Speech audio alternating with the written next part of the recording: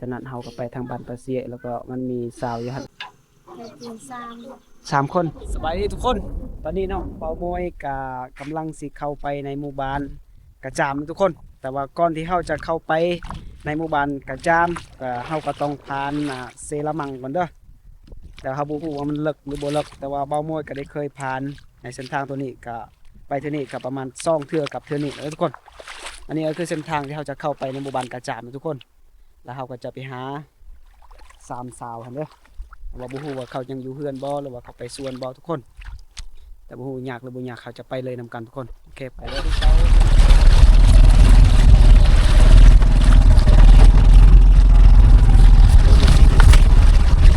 น้ำมอกเกินยังป่วยแล้วก็เดิมดอกข้างกลางนะพอดีเขาบอกให้ไปข้างกลางต้องไปเบื้องซ้ายเบื้องขวาทุกคนเอาสิคำไปเลยโอเคไป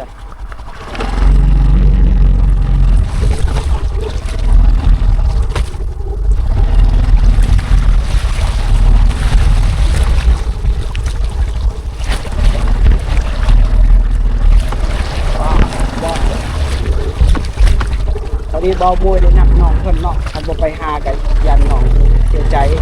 ก็เลยต้องเดินไปทุกคน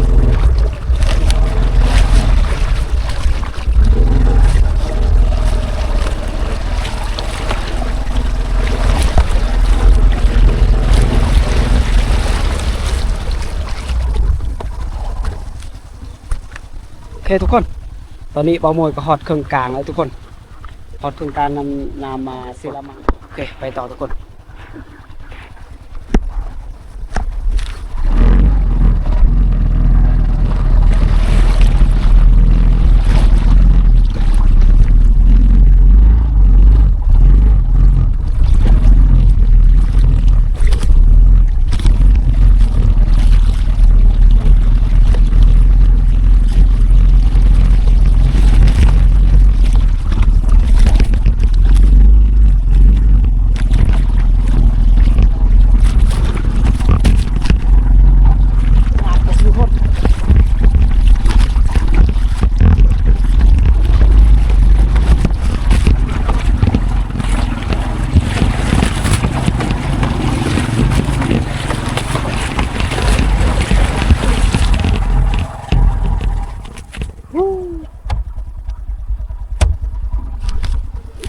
โอเคทุกคน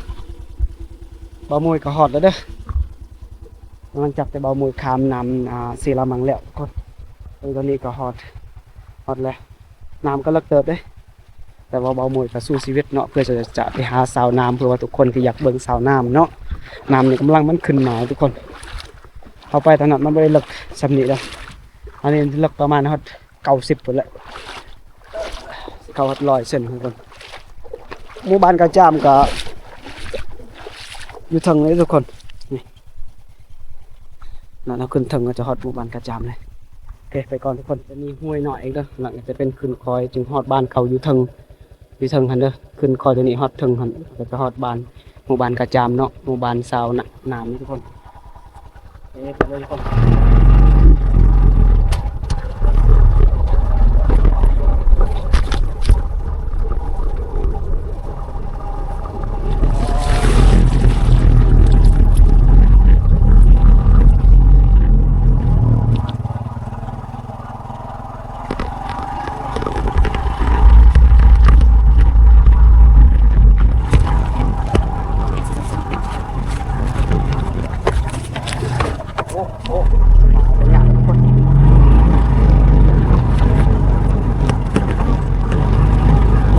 คนตกแต่ว่าคนตกอะไรแข็ง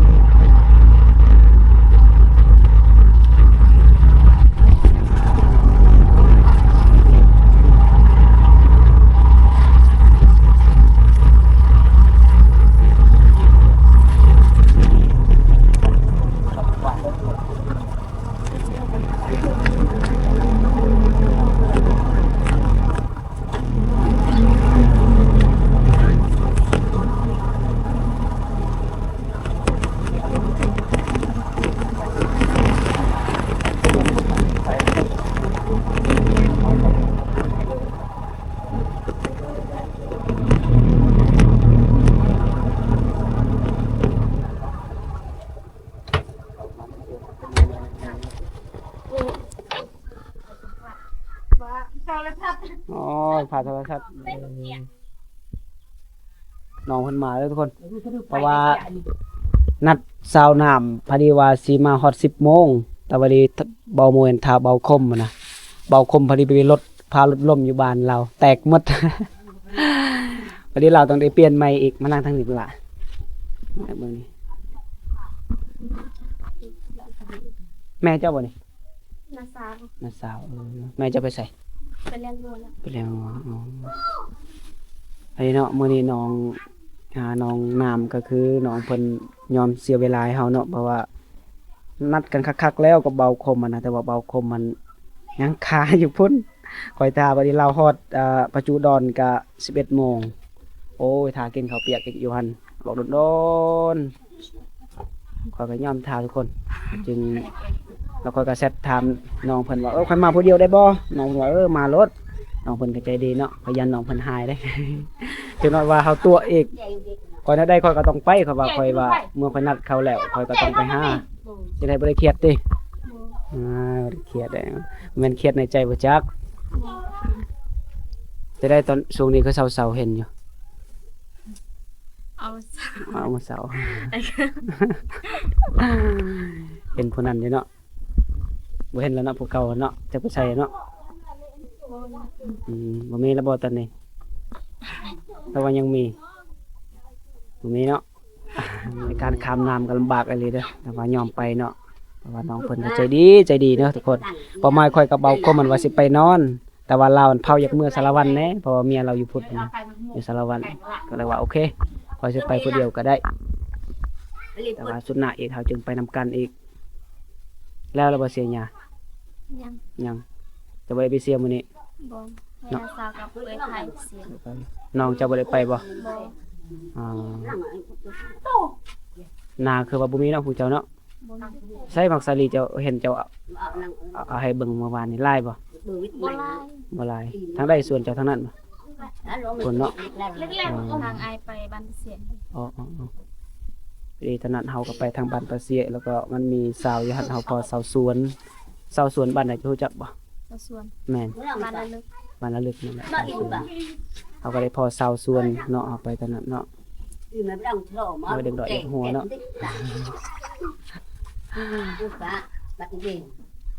คือเบาโมยเนาะก็ตั้งใจหมายลีเบาโมยยันน้องเพิ่นเครียดเพราะว่าคันสิบ่มาจักหน้อยก็ยันน้องเพิ่นว่าเฮาตัวอีกข้อยบ่อยากให้ว่าข้อยบ่อยากได้ว่าเฮาตัวหั่นเบาโมยก็ว่าบัดถามไปถามมาว่าเจ้าสิไปแท้บ่ไป ว่าบ่ไปไปผู้เดียวบ่ ก็ว่าจำเป็นแล้วกันเจ้าบ่ไปจังหน่อยเฮาน้องเขาว่าเฮาสิตัวเขามันเป็นไปบ่ได้เด้เฮาก็เป็นผู้ใหญ่แล้วว่าหยังต้องเฮ็ดแท้เลยทุกคนให้น้องเพิ่นเชื่อถือได้แต่ว่าคมก็แม่นเราตัวเด้เราก็มีเหตุผลเราคือเราพารถล้มตารถเราก็แตกหมด คือร้านเราจะแปลงประมาณ 7-8 แสนแหละรถเราเวียดนามเซเด้ลมเซโปนพุ่นใต้ต้นเราอยู่เด้ก็เลยได้มาผู้เดียว ลูกหลักน้อยอยู่เป็นแน่ค่ะ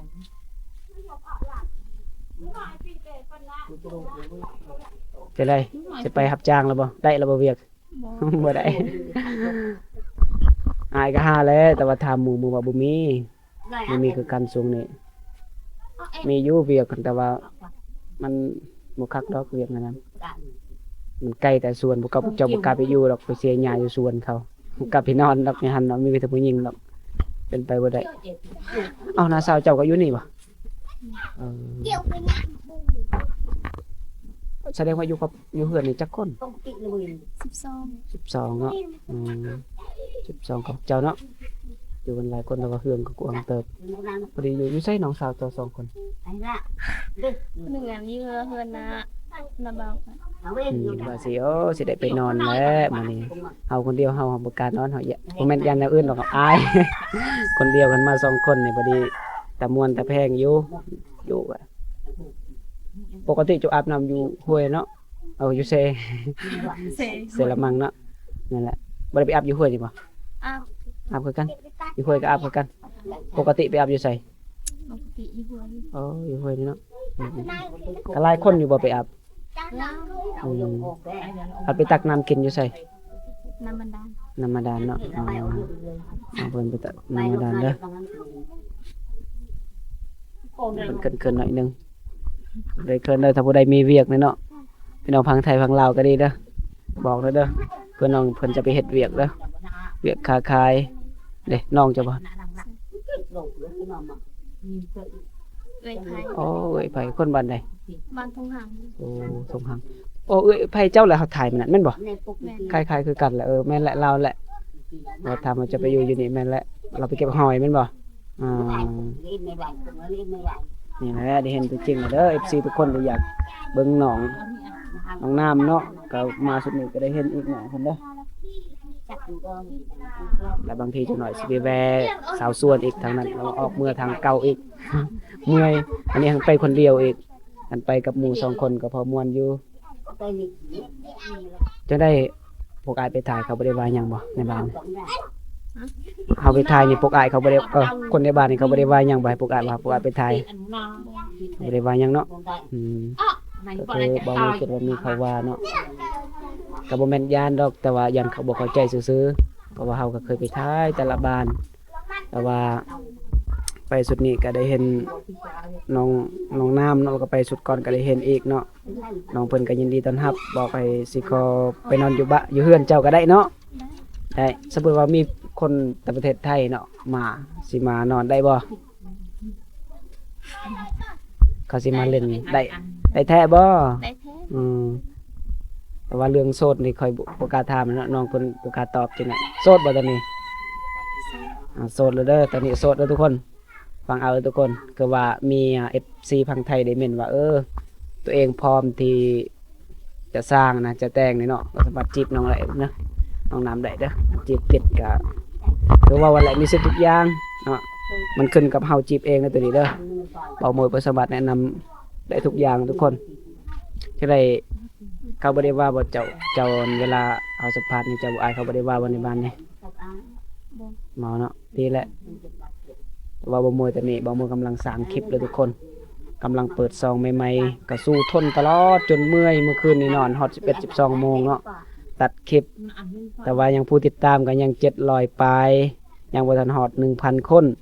ก็อยากให้ทุกคนที่เข้ามาเบิ่งเนาะเข้ามาชมคลิปของเบามวยก็ฝากกดติดตามเด้อเพื่อเป็นกำลังใจในการเฮ็ดคลิปต่อไปคลิปของเบามวยเนาะก็จะเลาะในเขตชนบทแล้วก็เลาะถ่ายผู้สาวแบบนี้และมีแต่ผู้สาวงามๆเบามวยไป ได้พอผู้สาวก็คือสาวน้ำเนาะได้ถ่ายแล้วก็สาวส่วนก็งามอยู่ได้เนาะแล้วก็มันมีสาวดาวเนาะได้ถ่ายไปเนาะสาวดาวก็งามเด้อมีแต่คนงามๆเนาะน้องๆเขาก็ยังน้อยๆดอกอายุเขายังเจ้า16มันบ่นั่นแหละ16ปีเด้อน้องน้ำ16ปีเจ้าครอบน้ำพอเจ้าวันได้มื้อนี้เจ้าบ่ได้เสียหยัง เลยกับว่าไอคมมา อ๋อเราว่าจังได้บัดนี้อ๋อคันบ่ได้ไปเสียแม่นบ่โอ้นั่นแหละอายจึงยานจักหน่อยพอน้องสิเว้าให้น้องนะกันเฮาบ่มานะก็เลยตั้งใจจังไดก็มาต้องมาให้ฮอดอยู่นี่นะตอนแรกก็ต้องมาให้ฮอดได้เบามวยได้เมื่อเบามวยว่าไปเบามวยก็ต้องไปบ่อยากเป็นคนที่บ่จริงใจว่าไงซะว่าแนวใดต้องเฮ็ดแนวนั้นเด้อเบามวยเด้อเบามวยเป็นคนแนวนั้นบ่มักตัวว่าไงซะกินข้าวกับหยังมื้อนี้ กินน้ หึ ำ ฮะ จิโร่ จิรอโอ้ไปขุดเองบ่ บอลาน หลานไปขุดได้ลายอยู่บ่ บอลาน แต่พอกินเนาะหมดเฮือนเลยกินน้ำกันบ่เขา บอล กินต่างกัน ตา เอากลุ่มหนึงกินจักคน กินซอง อ๋อ ซองสาม สองกันพวกเจ้าสามสาวกินน้ำกันบ่ ตา ต่างอีกโอ้กินไฟกินมันเนาะส่วนหลายเนาะอ่าจะได้ในการที่เฮาอยู่ร่วมกันเฮือนหนึงมี12คนนี่ม่วนบ่อยู่หลายคนม่วนเนาะบ่ได้อึดอัดบ่ บอล อ๋ออยู่ม่วนเนาะน้องเพิ่นว่าอยู่ม่วนเด้อคือครอบครัวของน้องน้ำก็คือ12คนเนาะแม่นบ่12คนน้องเพิ่นเวลาเฮาไปถ่ายก็ยอมเสียเวลาได้มื้อนี้อันจนครอบกับพ่อตัวเองอีกน้องเพิ่นใจดีได้ทุกคนว่าพวกอ้ายโมยกับไอ้คมสิมาลินน้ำหรือว่าสิไปถ่ายวิดีโอเนาะ แล้วก็พ่อของน้องเพิ่นก็ว่าให้พักเวียกคันเพิ่นมื้อนั้นคันบอกกับมื้อนี้ก็บ่ได้พักเวียกได้ไปเสียหญ้าได้วันนี้ได้เมื่อจักโมงจากเสียหญ้า7 โมง7 โมงแรงบ่ได้มืดบ่ โอ้ลืม6 โมง 6 โมงเนาะโอ้คิดว่า7 โมงนี่มืดเลยสิเห็นเส้นทางอยู่บ่ บ่ได้ไปสอนป่าบ่ตอนแรง บ่ อืมอาหารปกติมีหยังพวกเจ้าไปหาพวกผักกูดผักน้ำบ่ได้ไปหาบ่ผักกูดผักน้ำบ่ได้ไปหาบ่ไปหาเนาะเคยกินผักน้ำบ่ น้ำบ่เคย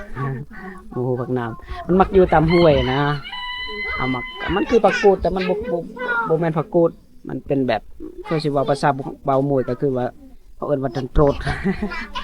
แม่นแหละมันคือแบบบ่ฮู้นะสิฮู้จะบอกแถวห้วยมันมีอยู่ดอกแถวห้วยก็แซ่บอยู่บางคนมักบางคนก็บ่มักความรู้สึกเจ้าเบามวยไปทายตลอดเจ้ารู้สึกจังไดเมื่อยว่านั่งเว้ากันแบบนี้เมื่อยบ่บ่เมื่อยก็เอากันเนาะให้เจ้าเมื่อก่อน คิดในใจเจ้าเมื่อก่อนเมื่อยน้องเพิ่นกดเอาเด้อแต่ต้นนี้เลยได้น้องเพิ่นมีตอนนี้อยากไปเฮ็ดเวียกแถวปากซองก็ได้ปากเซ่ก็ได้บ่ ได้ ได้เนาะปากซองปากเซ่เนาะหรือว่าสารวัตรก็ได้ขายเครื่องบ่ผู้ใดที่อยากขับเนาะทางฝั่งลาวเนาะอยากให้น้องเพิ่นไปเฮ็ดเวียกก็สามารถติดต่อเบามวยได้เด้อเบามวยก็สิบอกใครเนาะแต่เขาเดือนจัก 4-5 ล้านเด้อทุกคน น้องเพิ่นสิไปเฮ็ดเด้อไอ้ต้นน้องเพิ่นเด้อเนาะเวียกหยังก็ได้เสิร์ฟอาหารเสิร์ฟข้าวเปียกบ่เฮ็ดได้น้องเพิ่นเฮ็ดได้เด้อแต่ว่าส่วนกล้วยจะบ่มักไปเนาะดีแหละจะบ่มักไปเนาะแม่นๆเอ้าผู้หญิงเขาให้แบกว่ะ เคยเห็นเขาลงเวทเซี่ยวคอยบ้านมาบ้านระหว่าง บันละวางฮะแบกเอ้า แม่ โอ้ สารวัน แข่งสารวัตรนี่ส่วนกล้วยสารวัตรนี่ได้ตายต้นผู้หญิงเนาะบ่ไหว้บ่ต้องไปดอกนึ่งนี่ไปอยู่หั่นมันมีเคมีได้เขาฉีดยาฆ่าหญ้าได้เอาไปแล้วเมื่อแต่หั่นน่ะเป็นไข้ได้เป็นหวัดเป็นหลายอย่างเนี่ยอันตรายออกไปเห็นน้องเจ้าอีก2 คนนั่นครับ คุณทำน้องคอยละ นี่บ่ น้องเกาะ น้องเก็ แม่ เออลงมาพี่ได้ล่ะ เพิ่นบ่กล้า อืม เจ็บตีนนะเพิ่นย่างคอยตีกันได้นะ เป็นตั้งแต่น้อยเลยบ่ บ่ใหญ่ ไงนะ เพิ่น เราไปเตะเองหยัง เป็นไข้บ่สบายแบบบ่สบายโดน ประมาณจักเดือนบ่สบาย ประมาณ2 ปี โอ้ 2 ปี บ่ได้ไปห้องหมอบ่ ไปแต่นั้นก็เศร้า เขาว่าจังได้มันเป็นหยัง ก็บ่ฮู้ บ่ฮู้กัน เขาบ่ได้บอกแพทย์บ่ได้บอกบ่ บ่ฮู้เขาบ่ได้ถามอาย อ่าขอยันเราเป็นห ยั ยัง นเป็นฮีดคอยนี่แหละ เป็นฮีตทางบ้านเจ้าเฮ็ดฮีตบ่ เป็นฮีด บ่ได้ไปแก้ฮีตบ่ แก้แล้วแต่นั้นก็เศร้า โอ้บัดบ่ได้ไปเบิ่งหมอดูหมาเดาเขาว่าจังได๋ เพราะว่าเพิ่นมา เพิ่นเป็นหยังเอาลองเว้าเบิ่ง อา เว้า จารย์ เพิ่นเป็นหยัง เป็นแบบการเฮ็ดทันแต่ว่าพี่เฮ็ดนะเพราะ พี่เฮ็ดบ่แม่นถึกวานบ่ เเพราะว่านี้เฮ็ดจังไงมันก็บ่เศร้าออก อ๋อเฮ็ดจังได๋มันถึงเศร้าวันนี้มีเส้นทางอื่นบ่ที่เขาจะปัวน้องเพิ่นได้บ่มีเนาะอ๋อเขาบ่ได้เห็นเราย่างอยู่เนาะ มือก็บ่ได้ บีบบ่ได้ นี่จับก็บ่ได้ เขายันเราเป็นขี้ยุงบ่จักละบ่ได้ไปกวดบ่ นี่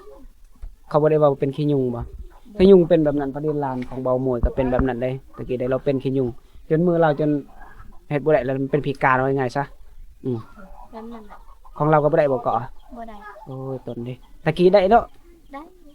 ขอยันเราเป็นขี้ยุงแต่ทำอิฐนะมันเป็นขี้ยุงทำอิฐแล้วพวกเจ้าบ่ไปกวดขอยันพวกเจ้าแก้ฮีตก่อนแล้วมือขี้ยุงตอนนั้นเสื้อขี้ยุงมันลามไปเด้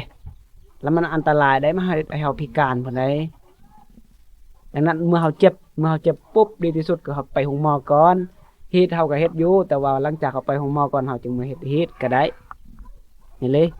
ตอนน่ะเพิ่นบ่สบายหั่นเพิ่นเคยไปโรงหมอเพิ่น ไปห้องหมอก่อนแล้วห้องหมอว่าจังได๋บัดนี้ เพิ่นบอกว่าตั้งสิ บ่ได้เป็นหยัง เว้ย อืมน้องเพิ่นว่าลืมเนาะลืมเนาะแม่นบ่ลืมบ่เป็นหยังลืมยันไปหาจังหน่อยน้องเราสิปบอีก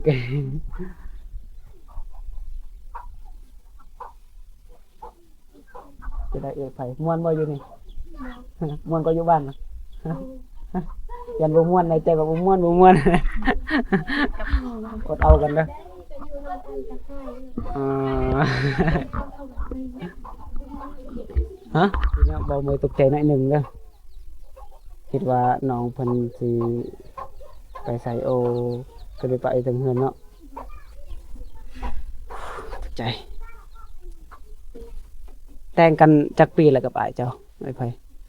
2 ปี 2 ปี แต่งเท่าใดกันดองอะ 50 50 ล้าน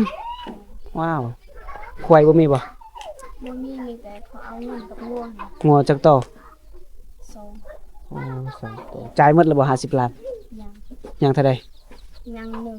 ไฟนี่ก็ ควาย1โต แล้วก็เงินยังเท่าใด บ่ ฮะ เงินนี้เขาจ่าย40ตันยังเหลืออยู่ 40 ล้าน เงินนี้40 ล้าน เออแพง งัว เนาะ งัวมันยัง1โต๊ะเขาสิเอา อืมกระดองบ้านเจ้าก็สำนันคือกันเนาะ ตาม ตามเจ้าเท่าใดซั่นบ่ บ่แม่นเอาคนในบ้านเจ้านี่เขาแต่งงานเท่าใดกระดอง ประมาณ30 30 ล้านเงินเนาะแล้วบัดนี้งัวเด้ พันงวนพันเอางวน6 6โตว้าว6โตงัวเลยทุกคนคือกระดองก็30 ล้านงัว6โตบัดนี้คำได้จักบาท บ่มี คำบ่มีเนาะมีแต่ว่างัว6โตเนาะ6โตตัวหนึง10 ล้าน6โตก็พอดี60 ล้านแล้วว่าบางทีก็โตหนึง10ปลายล้านบ่ได้งัวเด้แม่นบ่ ฮอดแล้ว บ่ฮอดบ่โอ้ ซื้อทางบ้านคอยบ่ฮอดดอก บ่ฮอด10 ล้านโอ้ทางบ้านเบาหมวยนี่แพง10 ล้านเลยล่ะงัวควายนี่ก็20ปลายล้านแหละ แต่ว่าเงินนี่บ่เป็นหยัง30 ล้าน 30 ล้าน40 ล้านนี่เพราะว่ามันหาง่ายอยู่ดอกแต่ว่าเลี้ยงงัวเนี่ยมันหายากเป็นแม่นอื่นดอก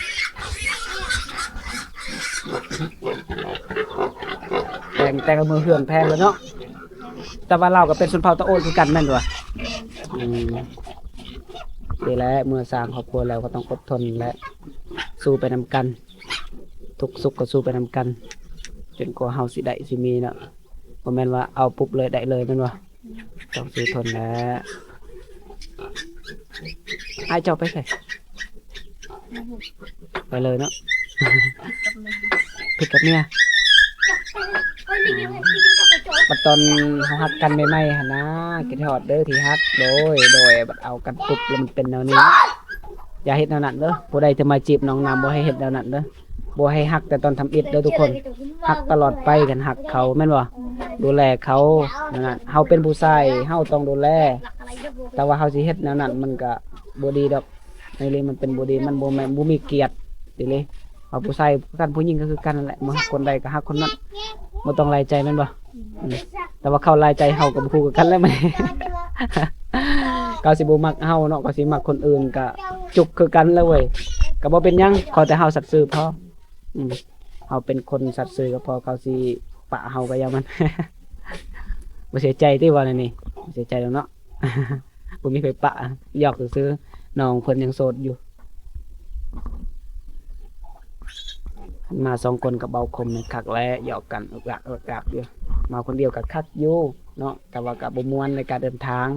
เวลาไปถ่ายน้องๆเขานี่ก็ม่วนอยู่ได้อยู่แบบนี้น้องเขาก็ตะฮักตะแพงนี่เด้ในรูปนี่จะบ่งามปานใดบัดเบิ่งตัวจริงแฮงงามกว่าอยู่ในรูปนี่เลยคือเซาส่วนน่ะนะจะเห็นบ่เนาะเห็นเนาะเราเนาะเป็นคนแบบเจ้าและใจจอยในรูปเราบ่ได้งามค่อยเบิ่งบัดไปเบิ่งตัวจริงก็บ่งามแท้ว่ะ งามไม่เลยได้หลายเด้เราอายุ19เนาะไปทำ19 ปีแล้วแม่นบ่โมโหแล้วบ่ได้ติดสนิทนำเราอ่ะบ่เคยไปบ้านเราบ่ เคย ไปเฮ็ดหยัง กินดอกเลย เอ้ยเจ้า ด้วยเป็นลูกก็ระวัง อืมพี่น้องเพิ่นก็เคยไปบ้านของสาวสวนนะทุกคนมาไปกินดองอยู่หั่นเคยไปเล่นแถวสารวันบ่ปากเซบ่เคยไปบ่ปากซองเคยไปบ่ เคย ปากซองเคยไปเนาะไปเก็บกาแฟแม่นบ่อ๋อปีนี้คันมีคนจ้างไปเก็บกาแฟไปบ่ ไป อืมโอ้คันคนไปเก็บกาแฟนี่มีเบิดเพราะว่าข้อยก็มีพี่น้องข้อยหลายแถวตรงสุยนี่นะแถวตรงสุยนี่ปีกายนี่เขาจ้างโลเท่าใดไปเก็บกาแฟละ 3,000 มันกินอยู่น้ำเฮาบ่หรือว่าน้ำเขา น้ำหอม แต่ว่าได้เก็บจักเดือน 1 เดือน ได้เท่าใดเงิน 3 ล้าน เงินเดือน3 ล้านมื้อเด้บ่เป็นหยังเนาะแต่ว่านักบ่เขาเก็บกาแฟ บน บ่มีมดบ่เวลาเขาเก็บ นี่ มีมันบ่ได้กัดเฮาบ่ กัดอยู่แล้ว มดแดงมดหยังนั้นจักแล้วเนาะลายเดียวกระทึกอยู่ ผักบักลาย ทากอะแม่นอยู่ปากซองนี่ล่ายนี่จะไปแถวบ้านโนนสูงนี่แถวกงตูนแล้วจะบ่หลายนะคนที่กงตูนเราว่าแถวปากซองทุ่งสุยนี่นะสารวัตรเฮาเองนี่แหละแต่นี่บ่ได้มีถากเด้ตะกี้นี่มีแต่ว่าเมื่อเขาฉีดยาฆ่าหญ้าหลายก็เลยบ่ได้มีครับ ๆลองพยายาม ก็เบิ่งเราเศร้าๆเลยเนาะผู้ใดอยู่ไสอีกผู้หนึงฮะ เพื่อนแต่แบบ แลบนี่ปุ๊บอยู่เนาะเห็นเนาะยันเขาตีเราบ่จักขัน บ่ ต้องเป็นนั่นเลยเนาะบ่ได้ยานพีเลยทุกคน ยานคนซื่อๆเด้อ แต่พีบ่ได้ยานบ่เป็นหยังดอกอันนั้นเป็นเพื่อนเขาเป็นหยองเขากระจอยเลยเนาะขอยยานเลยคือบ่มวยก็เคยมีผู้สาวเนาะตอนนั้นเว้านำผู้สาวแบบแห้งๆผู้สาวไข่นี่ยาเด้ ไปยอมอีกเด้ คันบ่คำผู้สาวบ่เว้านี่เบามวยนี่มักเว้าคันว่าเขาเว้าเขาหายแหละมิด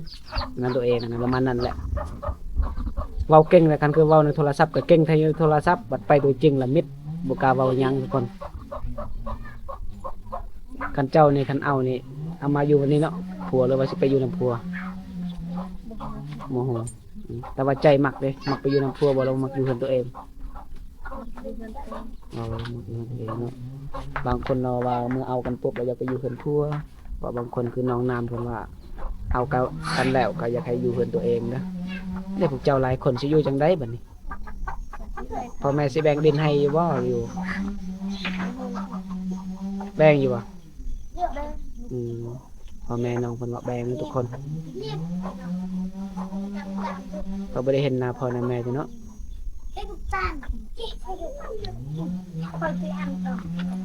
ไอ้น้องจะบ่ได้เฮ็ดเวียกของรัฐป่ะอันนี้เนาะเป็นประชาชนหมดเนาะอืมจะมีหมู่ในบ้านนี่หลายคนอยู่บ่หมู่เจ้าไปปะเห็นอยู่พวกเจ้าแท็กกันได้เราเอาผัวแล้วหยังติ เนี่ย อืมเดี๋ยวเอาไปอยู่ใส่เฮือนเราเอานั่นบ่ แม่เนี่ยเพื่อนตัวใหม่ๆนี่ดิ อืมเพื่อนกำลังเฮ็ดแล้วทุกคนอันนั้นก็คือเพื่อนของสาวปะเลยทุกคนสาวปะก็งามคือกันเลยทุกคนทุกคนงามคนบ้านนี้ เจ้ากับนางปะไผเป็นเอื้อยกันกว่ากัน เพื่อน โอ้แต่ว่าเราน้อยๆเนาะแม่นบ่ก็เคยเห็นอยู่ตอนนั้นค่อยไปจอยเนาะเราเนาะเจ้านี่อาจจะอ้วนหน่อยหนึงจักโลเจ้าอันนั้น ตอนนั้น43 โล ตอนนั้น43มาตอนนี้เด้ โอ้โหแล้ว โอ้ บ่ได้ติด บ่ได้ติดไปตอนนี้ก็น่าจะประมาณ44โลดอกบ่ได้เกินหลายดอก45อันแหละพอดีเนาะแต่เบิ่งโตของน้องนี่เนาะหุ่นของน้องนี่ก็พอดีงามแหละสำนีผู้หญิงอะนะคันสิว่าตุ้ยลายจอยลายก็บ่คักเลยแม่นบ่คันเจ้านี่พอดีแล้วผู้หญิงทุกคนเขาต้องการแบบนั้นแหละคันเจ้านี่แหละเขาต้องการน้ำหนักตอนแรกนี่เฮ็ดกินยัง ตอนแรก อืม ก็เป็นอยู่ยัง สิกินน้ำได้บ่ ได้ สินอนน้ำได้บ่นอนอยู่เพื่อนแม่น นอนน้ำเจ้าเนาะได้บ่ ได้ เอามือหยอกกันซื้อเนาะบ่กล้านอนดอกไปคนเดียวมันไปน้ำหมู่นี่กล้าอยู่ไปคนเดียวนี่แนมกายแนมครัวก็บ่มีไผเนาะ มีแต่สาวน้ำนี่ก็อายกันหน่อยนึงเนาะเฮายังบ่ได้เคยกันอยู่โดนๆเฮาเคยกันมาถึงอ่า สิได้ไปนอนได้ไปอยู่เนาะสิได้ไปสวนเบาไม้เบามวยมื้อนี้อยากไปสวนอยากให้เจ้าพาไปสวนไปเก็บหมากสาลีไปเก็บหมากแตงเมื่อหลังจากนั้นกับมือเฮ็ดกินน้ำกันไปอาบน้ำน้ำกันอันนั้นจะบ่สบายจัก2 ปีแล้วบ่ แม่น โอ้เป็นใจเป็นใจตายต้นนี่เลยเด้มือเบิ่งนี่เจ้ากำบ่ได้เลยบ่แม่นบ่เบิ่งสายแม่นบ่ แม่น ตะกี้เจ้ากำได้แม่นบ่ อืม โอ้ อันนี้อ๋อ ต้องหัวละ ไอ้จัก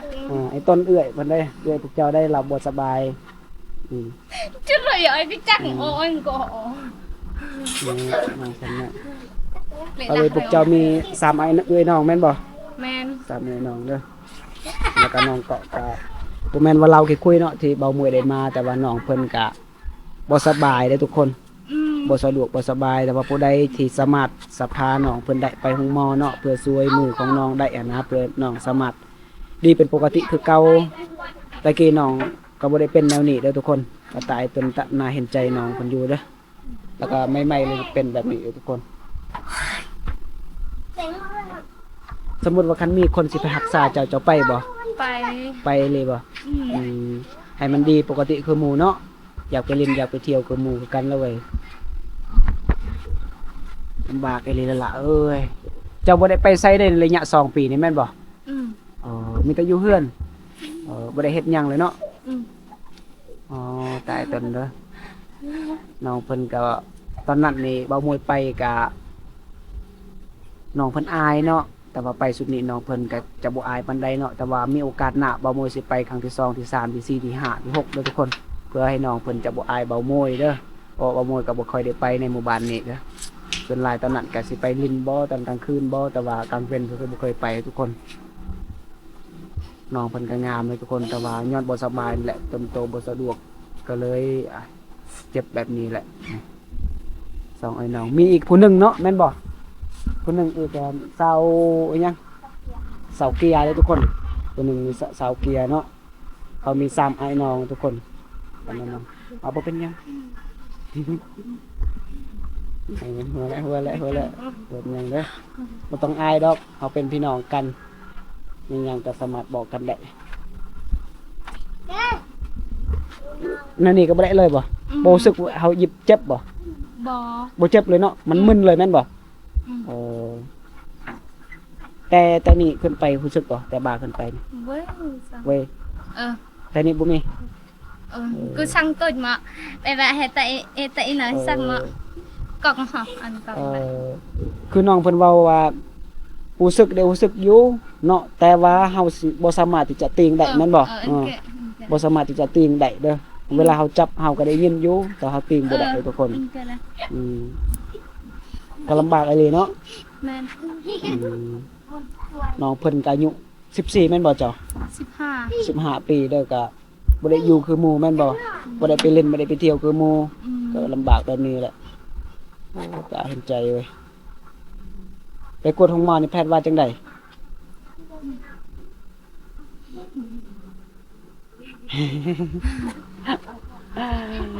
บ่ฮู้บ่เริ่มบ่ ยังแหละ เริ่มแล้วเนาะอ๋อก็บ่ได้ไปกวดอีกบ่ช่วงนี้ รอ ปัดตีนเจ้าก็บ่ได้เป็นหยังบ่ อืม ย่างได้ปกติแม่นบ่แม่นบ่นำเราย่างปกติบ่บ่ตอนนี้เบื้องมันเป็นเบื้องเดียวเลยแม่นบ่โอ้มันเป็นเบื้องซ้ายเบื้องเดียวหรือเป็นว่าง่ายคือมันเป็นพิการทุกคน อืม เวลาเจ้าย่างก็ย่างจะบ่ได้เนาะต้องคานก่อนนิดนึงเนาะโอ้ต้นน้องเพิ่นเด้หน้าตาบักงามๆมันเป็นแนวนี้เจ้าบ่ได้กินเหล้ากินเบียร์บ่ตอนนั้นเวลา อืม กินบ่ บ่ บ่ได้กินเนาะ น้องเกาะคือบ่ได้กินแล้วทุกคน นะrumah ada bukti ama ima ona maket-ket มันเป็นเองเนาะ ทำอิฐมันเป็นแนวใด lera kam lera biar mak no ke an kan ima ai คือน้องเพิ่นว่าบ่สามารถลุกได้แม่นบ่ตอนทำอิฐมันเป็นแม่นบ่ในหมู่บ้านบ่นี้คือสัญญาณแห้งกว่าหมู่เลยทุกคนผู้ใดสิไปเล่นเนาะกับบ่นี้เนาะเฮาจะไปเล่นสัญญาณนํกันทุกคนบ่ว่าไปหยังก็อยู่นี่แหละสิว่าสิโทรหาผู้บ่าวบ่สิโทรหาพี่น้องบ่ก็สิไปโทรอยู่นี่เนาะไปลมอยู่นี่เนาะก็ ปกตินี่อยู่บ้านน้องคันไปล้มผู้สาวนี่เขาอยู่เฮือนบ่หรือว่าไปอยู่นอก อยู่นอก อยู่นอกเนาะบ่ได้อยู่เฮือนเนาะ แม่น อยู่เทิงเฮือนบ่ได้บ่ บ่ได้ ต้องไปล้มผู้บ่าวต้องสมมุติว่าแต่เฮือนน้องก็ไปประมาณนี้ได้เนาะไปนั่งเล่นกันเนาะแม่นแล้วเนาะคือทางเขตเบาโมยนี่เป็นอันนี้ได้ไปเล่นผู้สาวนี่อยู่เทิงเฮือนเลย ตุ้มบ่ห่มนำกันเลยหยอกกันนั่นแหละเลยได้เขตสมุยเป็นอันนั้นเลยแต่ว่าเขตตะอดตะโอยนี่เขาเจ้าจะบ่เล่นอยู่เทิงเฮือนเลยทุกคนเขาจะมาเล่นอยู่นี่เด้อแต่ว่ามันมีบ่อนเทียงยังบ่บัดนี้เขาก็จะไปเล่นบ่อนนี้เด้อทุกคนนี่บ่อนนี้คอยกับน้องเพิ่นเนาะก็สิตั้งอีเมลให้น้องเพิ่นเด้อเพราะว่าโทรศัพท์น้องเพิ่นบ่มีอีเมลก็เลยสิตั้งให้อีเมลก่อนเพราะว่าน้องเพิ่นว่าบ่อนนี้มีสัญญาณโอเคเขาจะตั้งอีเมลตอนนี้เนาะเฮาก็ได้นั่งเล่นโทรศัพท์เรียบร้อยแล้วว่าสิตั้งอีเมลให้น้องเพิ่นเนาะแต่ว่าเบาโมยบ่สามารถตั้งได้เด้อทุกคนตอนนี้น้องเพิ่นก็ยอมเสียเวลาท่าเบาโมยตั้งแต่จักโมงน้องท่า ตั้งแต่เช้าหรือว่าไงซะเนาะ ตั้งแต่เช้าจนฮอดตอนแรงตอนนี้เนาะพอดีเบาโมยฮอดในหมู่บ้านกระจามบ้านของน้องเพิ่นเนาะก็คือ2โมงบ่ 1 1โมงเนาะพอดี1โมงก็ฮอดบ้านของน้องน้ำนะทุกคนฮอดกับน้องเพิ่นก็บ่ได้สิเครียดได้น้องเพิ่นก็ยังเว้าดียังอารมณ์ดีทุกคน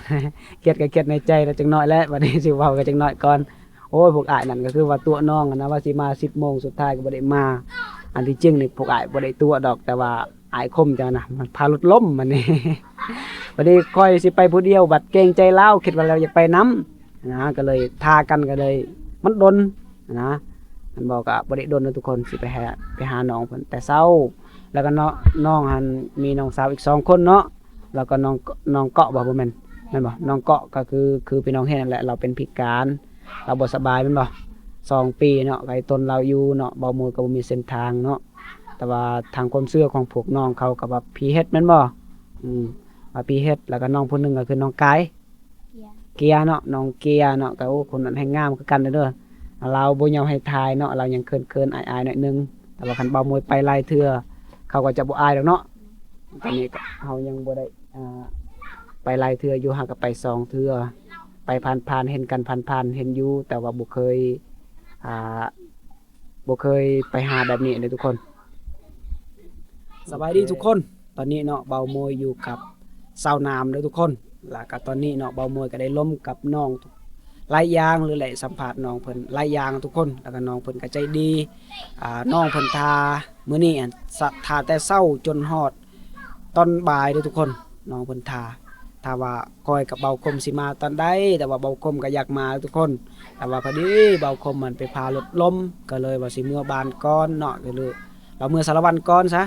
นั่นแต่ว่าเบามวยก็เลยทาก็เลยด้นหั่นนะแต่ว่าสุดท้ายถึงว่าด้นเนาะเบามวยก็สิไปจนฮอดเบามวยบ่อยากให้ว่าสาวน้ำสิว่าเบามวยตัวอันนะเมื่อเบามวยว่าไปเบามวยก็ต้องไปให้ฮอดเนาะโอเคเนาะก็คลิปนี้ก็จะบ่ยาวเกินไปหรือว่าจะบ่สั้นเกินไปเนาะทุกคนก็ซ้ำพอดีเนาะขอฝากทุกคนที่เข้ามาเบิ่งเข้ามาชมเนาะก็ฝากติดตามเนาะกดติดตามหรือกดกำลังใจเนาะสามารถเม่นได้แล้วว่ามีขั้นตอนใดที่เบามวยลืมเว้าลืมทายเนาะก็อยากให้เม่นอยู่ในหันได้เด้อทุกคนคลิปนี้ก็มีแต่ซ้ำนี้เนาะบ๊ายบายทุกคนพอกันคลิปใหม่เด้อ